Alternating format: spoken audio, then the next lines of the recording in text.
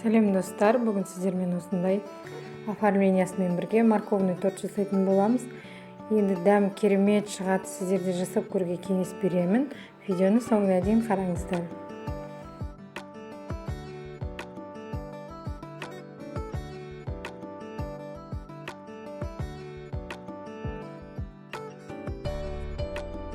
Ең алдымен бізге апельсинді осылай цедрасын алып аламыз. Теркадан өткізіп, міне полный теркадан өткізіп алдық майда үкішінен.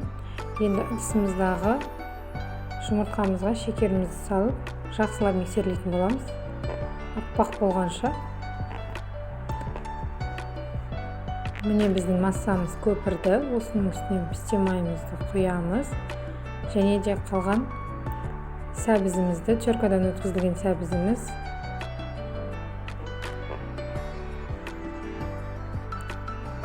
Үстінен жаңғағымызды салып, жаңағы апельсин цедрамызды салып, бір миксерлеп аламыз, барлығы бір келкі араласу үшін.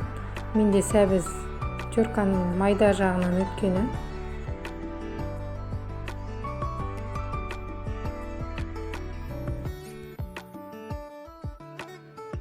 Үстінен ұнымызды екі бөліп салатын боламыз.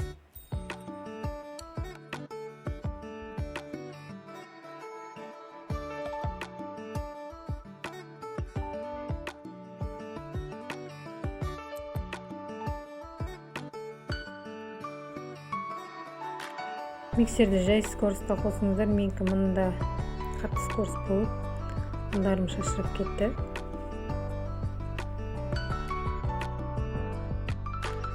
Міне біздің массамыз осындай болады. Сәбіз қосылғаннан уайымдамаңыздар, мүлдем дәмі сезілмейді сәбіз қосылғаннан.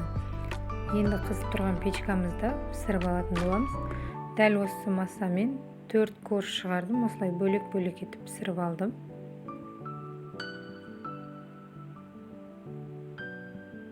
Міне біздің коржымыз пісті, воздушный болып шығады осындай.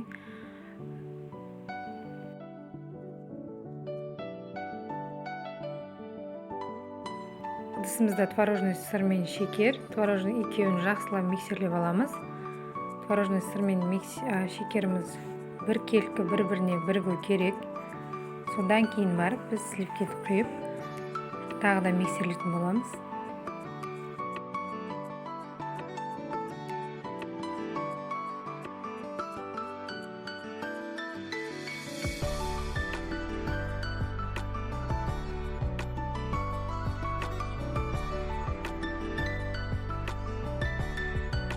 Міне біздің креміміз дайын болды. Енді тортымызды жинайтын боламыз. Мен тортты өзіміздің үйге жасап жатқаннан кейін астына подложка қоймадым. Егер де заказға жасайтын болсаңыздар, астына міндетті түрде подложка қойыңыздар.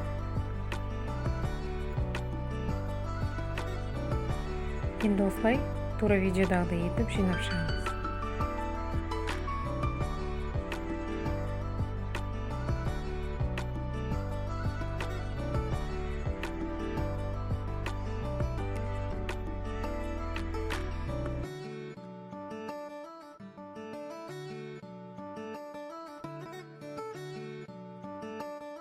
Тортымызды 6 сағатқа холодильникке жібереміз. Міне бізде 6 сағат өтті.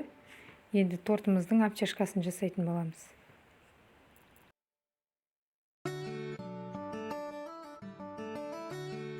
Обтяжкаға арналған кремді описанияға қалдырып кетемін.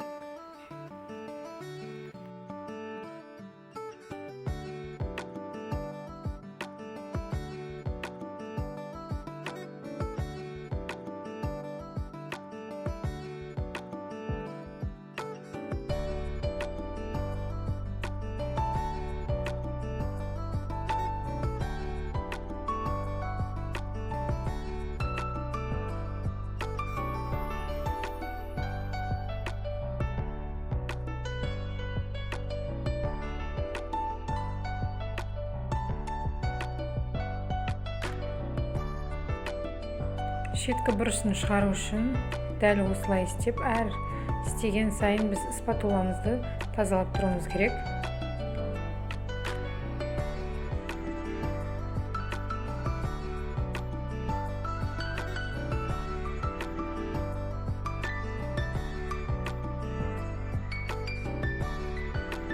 Енді өрмекшінің торына арналған шоколадымызды дайындайтын боламыз. Мешоктың ішінде шоколад таза, ештеңке қосылмаған. Ыстық суға осылай салып қойсаңыздар тез еритін болады.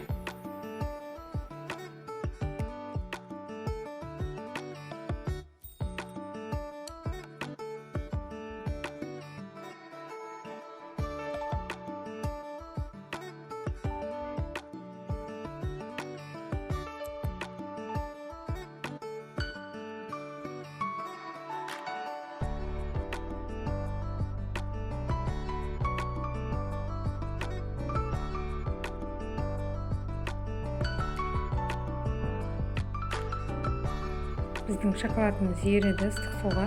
Басын қайшымен кішкене қиып жібересіздер.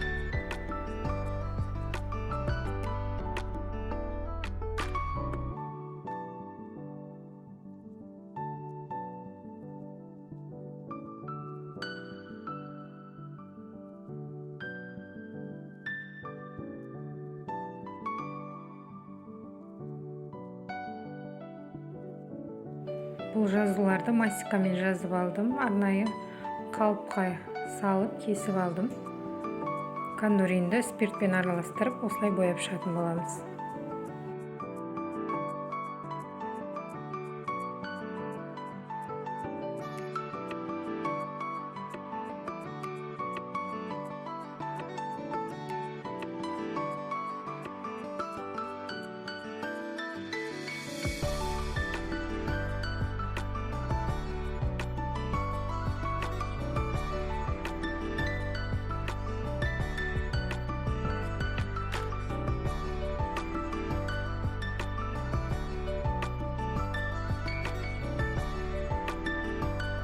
Міне достар, біздің тортымыз дайын болды.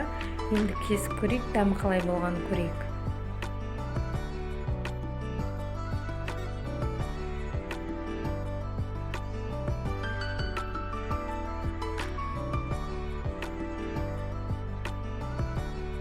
Бетіндегі конфеттеріміздің бәрін балдар жеп қойды. Міне тортымызды кесіп жатырмыз. Кескеннен бастап біздің тортымыздан күшті иіс шығып жатыр. Бізде апельсин қосылғаннан кейін иісі деген енді күшті болып шығып жатыр.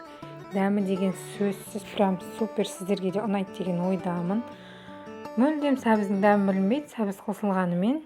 Егер де видеом сіздерге ұнаған болса, лайк басып, комментарий жазып, каналыма жазылуды ұмытпаңыздар. Алда тағы да көптеген рецепттермен бөлісетін боламын.